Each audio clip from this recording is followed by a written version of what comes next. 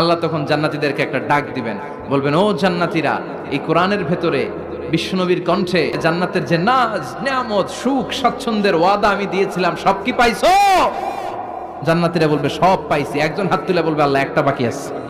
আল্লাহ বলে, কি পাস নাই? আল্লাহ আমনেরে পাই নাই। যে এই নাজ নেয়ামতের ব্যবস্থা আমাদেরকে করে দিল ওই আল্লাহরই তো পেলাম না। আল্লাহ বলেন, উজুহু ইয়াউমাইযিন নাযিরা ইলা রাব্বিহা নাযিরা। সেদিন মানুষগুলো আমার দিকে এরকম পাগলের মতো তাকিয়ে থাকবে। আমি আমার সৌন্দর্যের আলোকচ্ছটা সেদিন আর গোপন রাখবো না। জান্নাতীদের কাছে আমি আমার সব প্রকাশ করে দেব। আল্লাহ পর্দার পেছন থেকে তার নূরের সৌন্দর্য সেদিন প্রকাশ করে দেবে। খুব অল্প সময়ের জন্য আল্লাহর নূরের তাজাল্লি দেখাবে। এমন না যে ওখানে নূরের তাজাল্লি অনেকক্ষণ দেখা যাবে, না, স্বল্প সময়ের জন্য।